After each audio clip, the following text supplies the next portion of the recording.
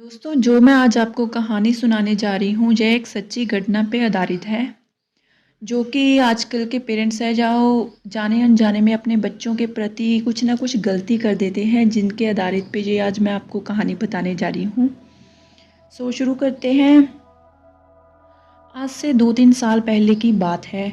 एक शिखा नाम की लड़की थी, जो अपने ऑफ़िस के बाद घर आकर बच्चों को ट्यूशन पढ़ाया करती थी।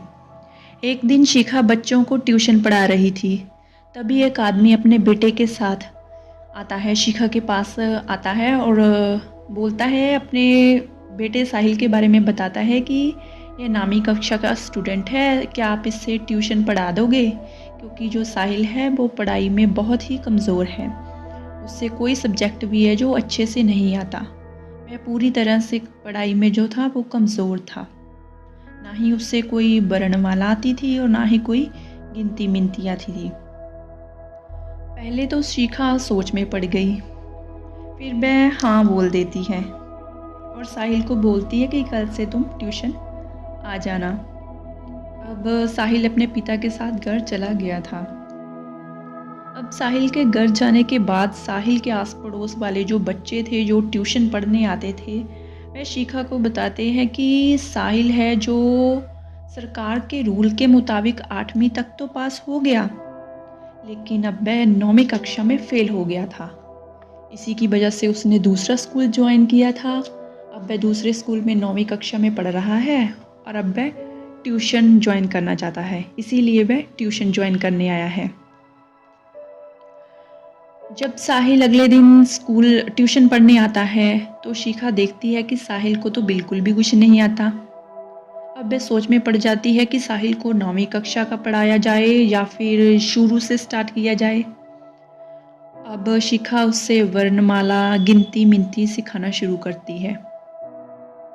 शिखा का सारा ध्यान साहिल की ओर जाने लगा। वह सारा ध्यान अपना है साहिल की पढ़ाई पे ही फ़ोकस करने लगी।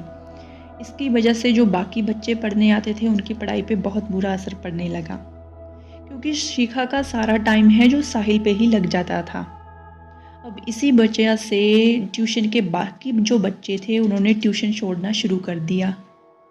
यह बात शिखा को समझ भी नहीं आई कि बच्चे ट्यूशन क्यों छोड़ना शुरू हो गए। ऐसे ही कुछ महीने बीत गए। अब एग्ज़ाम है जो नज़दीक आने वाले थे। एक दिन साहिल ट्यूशन आता है और अपनी पिछली सभी पेंडिंग महीनों की फ़ीस है जो वो आधी फ़ीस दे देता है और शिखा को बोलता है कि जो आधी फ़ीस, बाकी जो फ़ीस बनती है वो आगे दे देगा। अब ना कभी साहिल वापस आया और ना ही उसकी कभी फ़ीस वापस आई। शिखा ने भी अपनी फ़ीस कभी मांगी नहीं, क्योंकि उसकी शिखा की खुद की पढ़ाई थी जो कि पैसों की वजह से छूट चुकी थी, इसलिए शिखा ने उससे भी यही सोच के उससे अपनी फ़ीस भी नहीं मांगी।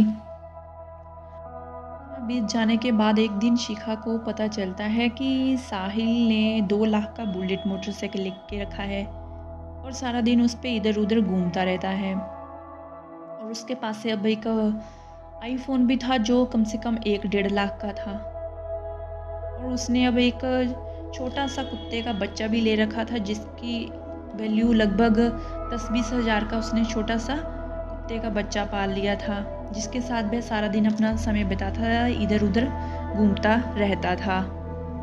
और साहिल अब फिर से फ़ेल हो चुका था और उसने अपनी सारी पढ़ाई है जो छोड़ दी थी। अब साहिल सारा दिन इधर-उधर घूमता रहता था। तब मेहनती शिखा सोच में पड़ गई कि पेरेंट्स हैं जो अपने बच्चों की लग्ज़री चीज़ें दिलवाने में उन्हें लाख, डेढ़ लाख, 2 लाख, लाखों रुपये खर्च कर देते हैं, लेकिन अपने बच्चों की पढ़ाई के लिए वो उनकी फ़ीस तक भी पूरी पे नहीं कर सकते। शिखा उन्हीं पेरेंट्स के लिए एक कहानी के रूप में अपनी कहानी बताती है कि पेरेंट्स को सोच समझ के अपने बच्चों के प्रति चलना चाहिए। पेरेंट्स हैं जो उनकी पढ़ाई पे तो कुछ भी खर्चने को तैयार नहीं है। उनकी कोई भी बुक्स लेने के लिए या उनकी फ़ीस देने के लिए पेरेंट्स को 100-200 रुपया देना भी बहुत मुश्किल लगता है। लेकिन जब बात उनकी लग्ज़री चीज़ों की आती है, तो अपने पेरेंट्स हैं जो अपने बच्चों को बिगाड़ने के लिए कितनी महँगी-महँगी चीज़ें लेकर दे देते हैं, जिसकी वजह से बच्चे भी बिगड़ते हैं और बाद में पेरेंट्स को भी परेशानी होती है। तो तो शिखा सभी पेरेंट्स को ये निवेदन करती है कि अपने बच्चों को बेशक आप लग्ज़री चीज़ें दवाएँ या ना दवाएँ, पर उनकी पढ़ाई पे पैसे खर्च कीजिए। ज़्यादा पैसे होने स जो हो सके उनकी पढ़ाई में लगाइए, ताकि आपके बच्चे अपना फ्यूचर बिगाड़ने की बजाय सुधार सकें।